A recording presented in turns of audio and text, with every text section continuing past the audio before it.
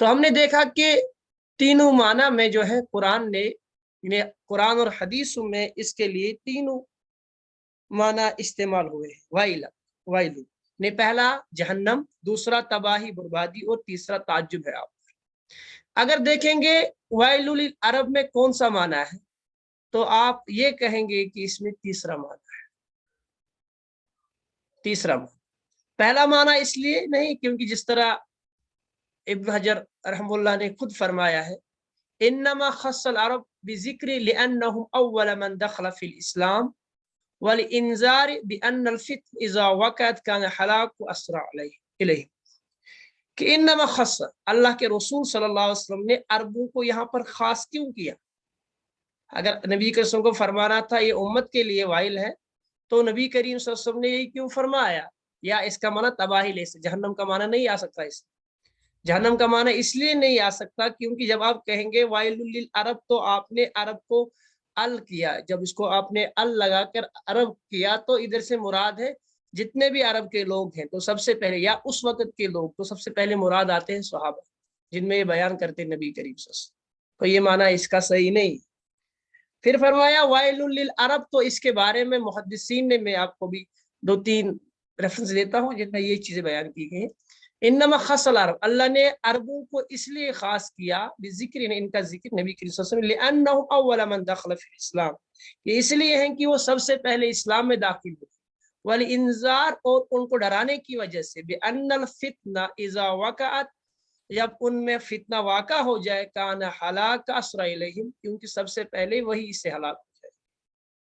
کیونکہ جو بھی فتنہ، جو چیز جہاں پر ہوتی ہے، سب سے اگر فتنہ ہو جائے تو سب سے پہلے اسی چیز کا خطرہ ان لوگوں کو رہتا ہے. تو کیونکہ ان میں زیادہ خطرہ تھا، اس کا زیادہ تیز سری زیادہ خطرہ تھا، اسی لیے نبی کریم صلی اللہ علیہ وسلم نے عربوں کو ڈرایا ہے. اسی طرح اگر ہم دیکھیں اس حدیث کے بارے میں، تو بھی باب ہی ہے، اس حدیث کے بارے میں تحفۃ الاحوذی میں رحمہ مبارک پوری فرماتے ہیں وخص بذلك عرب لانهم كان حينئذ معظم من اسلم والمراد بالشر. فرماتے ہیں کہ یہ اس لیے عرب کو خاص کیا گیا کیونکہ وہ سب سے معظم، یعنی انہی کی طرف اللہ کے رسول صلی اللہ علیہ وسلم پہلے مبعوث کیے گئے تھے، انہی لوگوں نے سب سے پہلے ایمان لائے. والمراد، اور یہاں پر جو وائل یا شر کا مراد بالشر، وائل سے مراد شر ہے، ما وقع بعدہ من قتل عثمان، جو حضرت عثمان رضی اللہ تعالیٰ عنہ کی شہادت کے بعد ہوا. ثم توالت فتنہ، اور پھر جو ہے جو فتنے جو ہے وہ بڑھتے گئے، وہ آتے گئے. حتی صارت العرب بین الامم، جیسے پھر عرب جو ہے پوری کے درمیان، امت کے درمیان ایسا پھنس گیا کالقصعۃ بین اقلہ، جس طرح جو ہے جو نبی کریم نے حدیث میں فرمایا تھا کہ تم پر دشمن اس طرح ٹوٹ پڑیں گے جس طرح جو ہے دسترخوان پہ بوکے پڑتے ہیں. کما وقع فی الحدیث الاخر یوشک ان تداعی علیکم کما تداعی الاکل علی قصعتها، جس طرح یعنی آپ کے مخالف امت ایسے لوگوں کو بلائے گی، یعنی دشمن آپ کے خلاف ایسے آئیں گے جس طریقے سے دسترخوان پہ بھوکے آ جاتے ہیں، وہ کیا کریں گے وہاں. تو یہ حدیث ہے. وان المخاطب ذالک العرب، اور اسی لیے اس میں عربوں کو مخاطب کیا گیا. اور یہاں پر اگر دیکھا جائے اسی تحفۃ الاحوذی میں لکھا ہے، امام قرطبی فرماتے ہیں جن نے تفسیر جو ہے لکھی ہے جس کو تفسیر قرطبی بھی کہتے ہیں، وَيُحْتَمَلُ أَن يَكُونَ الْمُرَادُ بِالشَّرِّ مَا أَشَارَ إِلَيْهِ فی حدیث ام سلمہ ماذا انزل اللیل من الفتن ماذا انزل من الخزائن اشار بذلك الى فتوح التي فتحت بعد فكثرت اموال فی ایدی، کہ اس میں وہ اشارہ ہے عربوں کے لیے جس میں یہ ہے کہ لیل میں جو ہے فتنے نازل ہوئے، جو اس کے بعد حدیث آئے گی، یا اس چیز کی طرف اشارہ ہے کہ بہت سارے ملک جو ہے وہ مسلمان فتح کریں گے، اور فتح کرنے کے بعد ان کو مال ملے گا، اور مال ملنے کے بعد وہ دنیا میں فواقع تنافس فیہا، پھر وہ ایک دوسرے کو جو ہے مطلب اس میں جو ہے ایک دوسرے سے آگے لینے کی کوشش کریں گے. پھر جس طرح پھر جو ہے جس طرح پھر لوگوں میں جو ہے اس طرح کیا گیا. یہ دوسرا معنی ہے جو ان محدثین نے بیان کیا ہے. اور اسی طرح اگر دیکھا جائے تو اور ایک چیز جو یہاں پر وہ بیان کر رہے ہیں وہ سند کے اعتبار سے فرماتے ہیں کہ یہاں پر یہ چیز ثابت ہو جاتا ہے کہ سفیان بن عیینہ نے جو ہے وہ زہری سے سنا ہے. یہ حدیث میں آپ جہاں پڑھتے ہیں. اب اس میں 2 حدیثیں کل ہیں. اس میں امام بخاری رحمۃ اللہ علیہ نے 2 حدیثیں بیان کی۔ سب سے پہلے ہم نے یہ کوشش جاننے کی کوشش کی ہے کہ وائل سے مراد کیا ہے۔ اب جو حدیث میں ہے حدثنا مالک بن اسماعیل حدثنا ابن اوینہ، ابن اوینہ کہتے ہیں سفیان ابن اوینہ، انہ سمع زہری، ان نے زہری سے سنا، ان عروہ، عروہ کے پورا نام ہے عروہ بن زبیر، ان زینب بنت ام سلمہ، تو ان نے ام حبیبہ سے سنا، ان زینب بنت جہش، ان نے زینب بنت جہش رضی اللہ عنہن، ان سب سے اللہ راضی، انہا قالت، کہ انہوں نے فرمایا، حدیث کی سند میں تھی اسی لیے انہوں نے فرمایا تھا، یہ جو ہے سفیان بن ابن عیینہ سے جو بات کی ہے یہ سفیان بن عیینہ ہے، اور اسی لیے انہا سمع زہری، انہو سمع زہری، ان نے زہری سے، یہاں پر جو ہے ورنہ وہ کہتے کہ ان نے زہری سے سنا، تو یہاں پر امام بخاری نے ابن عیینہ کا جو ہے زہری سے سننا ثابت کیا، یہاں پر جو لکھا تھا بسماع سفیان بن عیینہ لہو من الزہری، یہ ابن عیینہ جو لکھا ہے ابن عیینہ کا بیٹا وہ ہے سفیان، اسی کا نام ہے سفیان بن عیینہ، تو وہ سنتے ہیں ان سے۔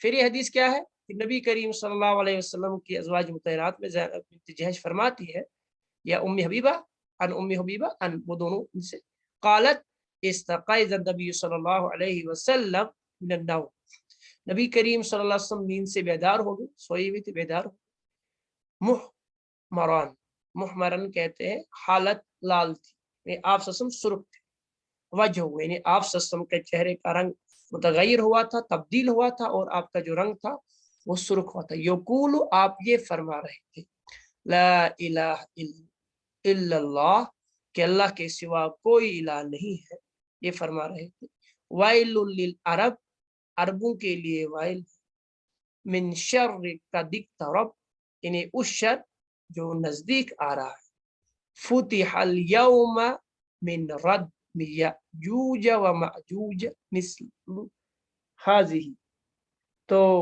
کہ نبی کریم صلی اللہ علیہ وسلم نے جو حدیث میں الفاظ جوڑے کہ اس چیز کو ایک چیز کی طرف خاص لیا، نبی کریم صلی اللہ علیہ وسلم سوئے ہوئے تھے، اس کے بعد آپ صلی اللہ علیہ وسلم جب جاگے تو آپ صلی اللہ علیہ وسلم کا چہرہ انور جو تھا وہ سرخ ہوا تھا، اور چہرہ انور جو آپ صلی اللہ علیہ وسلم کا سرخ ہوا تھا، سرخ ہونے کے بعد آپ صلی اللہ علیہ وسلم نے یہ فرمایا کہ عربوں کے لیے ہلاکت ہے، کلمہ پڑھتے ہوئے لا الہ الا اللہ، تو یہ پڑھتے ہوئے کہ عربوں کے لیے ہلاکت ہے اس شر کی وجہ سے جو قریب آ رہا ہے، اور فرمایا آج یاجوج اور ماجوج کی جو دیواریں ہیں وہ ان کا سوراخ اتنا سوراخ ہو گیا ہے، یعنی اتنا سوراخ۔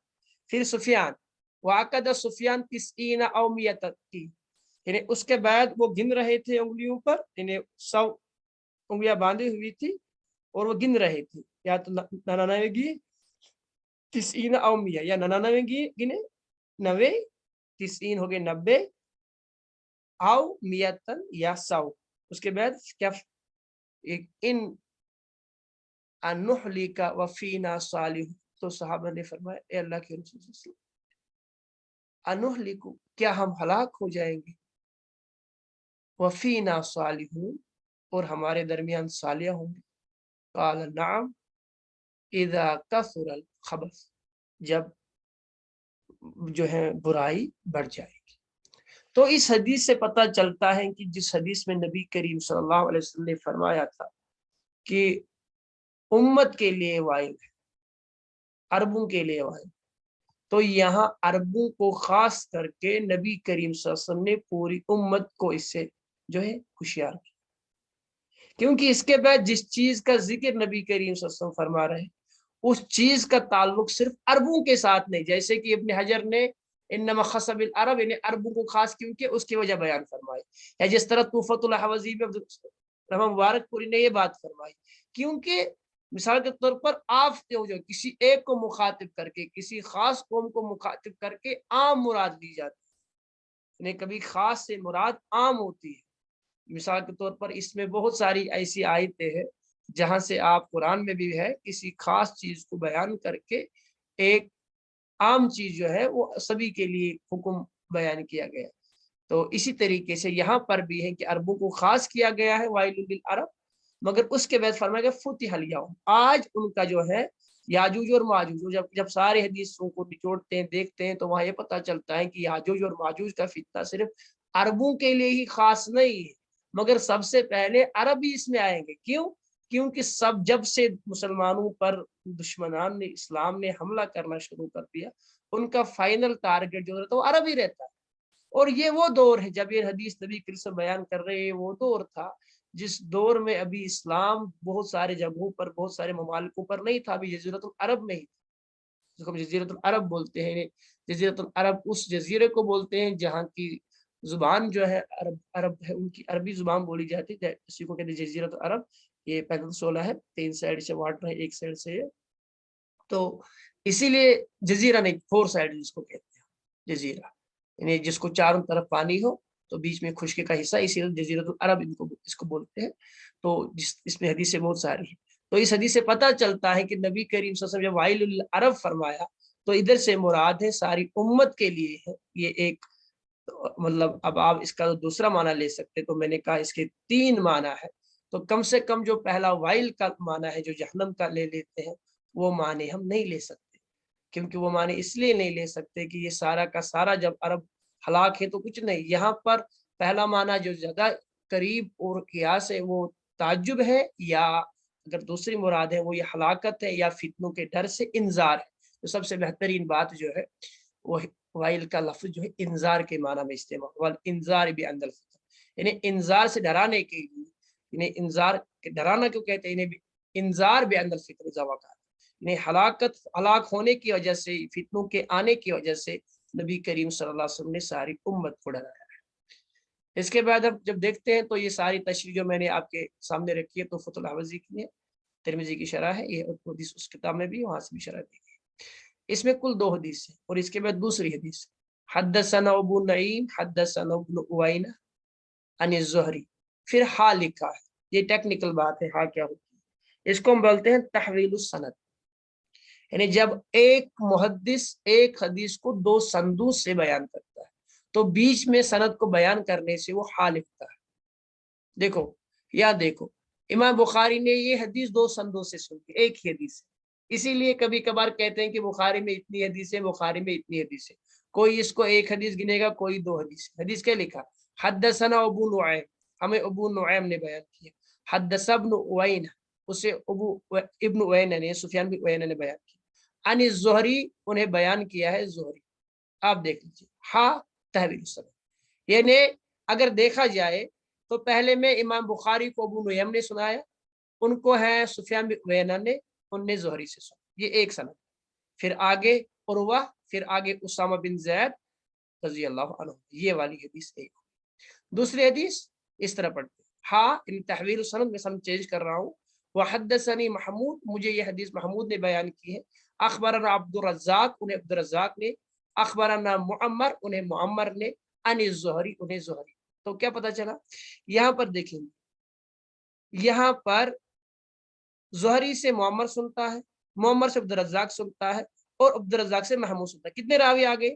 1 2 3 4، یعنی عروہ تک، یعنی زہری تک 4 آگے. یہاں پر کتنے آگے؟ 1 2 3.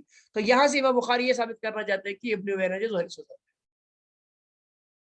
یہ یہاں 4 آگے، یہ 2 سند بیان، یعنی اس سند کی وجہ سے اس سند کو تقویت ملی. کیا ابن عیینہ نے زہری سے سنا؟ ہاں، اگرچہ کچھ محدثین نے یہ والی سند بھی. تو امام بخاری نے دونوں سند لائے، اس کو کہتے ہیں ہا. تو یاد رکھو، یہ جو ہا ہے اس کو ہم کہتے ہیں مصطلح میں، یہ والی ہا اس کو کہتے ہیں ہم تحویل السند والی ہا، یعنی یہاں سے سند تحویل چینج ہوتی ہے، دوسری سند آ جاتی ہے. ہاں، ان عروہ، وہ بیان کرتے عروہ سے، یعنی عروہ بن زبیر سے، وہ اسامہ بن زید رضی اللہ عنہ. اس لیے اسامہ بن زید یہ دونوں جو ہے صحابہ تھے، اسی لیے آ گیا رضی اللہ عنہ. قال اشرف النبی صلی اللہ علیہ وسلم علی اتم من آطام المدینہ، کہ نبی کریم صلی اللہ علیہ وسلم جو تھے وہ مدینہ کے چھتوں پر تھے، یعنی مدینہ جو وہاں پر چھت ہوتے تھے، ان چھتوں میں یا ٹیلیوں میں، ٹیلے اب کہتے ہیں، ان ٹیلیوں میں سے ایک ٹیلی پر چڑھے، یعنی چھوٹی سی پہاڑی ہوتی، اس پر اللہ کے رسول صلی اللہ علیہ وسلم چڑھے، جس کو اب تھوڑا سا ہل کہیں گے، تھوڑا سا پہاڑی سمجھو، اتم کہتے ہیں اسی کو. اتم من آطام المدینہ، یعنی مدینہ کے پہاڑیوں میں سے، چوٹیوں میں سے ایک ٹیلی پر نبی کریم صلی اللہ علیہ وسلم چڑھ گئے. پھر فرمایا فقال هل ترون ما ارى، کیا آپ نے دیکھا جو میں نے دیکھا؟ حل ترون، کیا آپ نے دیکھا؟ ما ارا، جو میں نے دیکھا، جو مائے موصولہ ہے، میں دیکھا۔ قالوا لا، صحابہ نے عرض کیا اللہ کے رسول ہم نے نہیں دیکھا۔ قال، فرمایا فإنی لأرى الفتن، میں دیکھ رہا ہوں کہ فتنے تقع خلال بیوتم كوقع القطر، کہ آپ کے گھروں میں اس طرح جو ہے داخل ہو رہے فتنے جس طرح بارش ہے۔ بارش کا کہنے کا مطلب کیا ہے؟ جب بارش ہوتی ہے تو وہ کوئی خاص جگہ نہیں چھوڑتی، وہ ہر جگہ پر پڑتی۔ اسی طریقے سے اللہ کے رسول نے فرمایا فتنے ہر گھر میں داخل ہو جائے۔ اور اسی حدیث کو جو ہے امام عبدالرحمن مبارک پوری نے یہ دلیل بنائی تھی کہ جب اللہ کے رسول صلی اللہ علیہ وسلم نے، تو یہاں پر اگر دیکھا جائے گا تو پھر مدینہ کو خاص کر رہے ہیں، نہیں، یہ صحابہ، کیونکہ نبی کریم صلی اللہ علیہ وسلم مدینہ میں ہے تو مدینہ کو خاص نہیں کر رہے ہیں کہ مدینہ میں خالی فتنے ہوں گے، جبکہ اتنی احادیث ہیں کہ سب سے محفوظ جگہ جو ہوگی فتنوں سے وہ ساری کی ساری جگہوں میں سب سے بہترین جگہ ہوگی اللہ کے گھر، یعنی جس کو ہم کہتے ہیں بیت الحرام یعنی مکہ، اور دوسرے اس کے آس پاس، اور پھر مدینہ۔ اور مدینہ کے فضائل میں بھی امام بخاری نے یہ حدیثیں لائی ہیں کہ یہاں کون کون سی چیز یہاں نہیں آئے گی، اس طرح یہاں جو ہے کیا کہتے ہیں اس کو، خاص کر جو ہے دجال نہیں آئیں گے، یا بہت ساری احادیث ہے مدینہ کے فضائل میں، یا یہ حرم ہے اسی دن کو حرمین بولتے ہیں۔ پھر کیوں فرمایا نبی کریم صلی اللہ علیہ وسلم میں دیکھ رہا ہوں، یعنی یہ امت کے بارے میں نبی کریم صلی اللہ علیہ وسلم فرما رہے ہیں کہ میں دیکھ رہا ہوں کہ فتنے آ رہے ہیں۔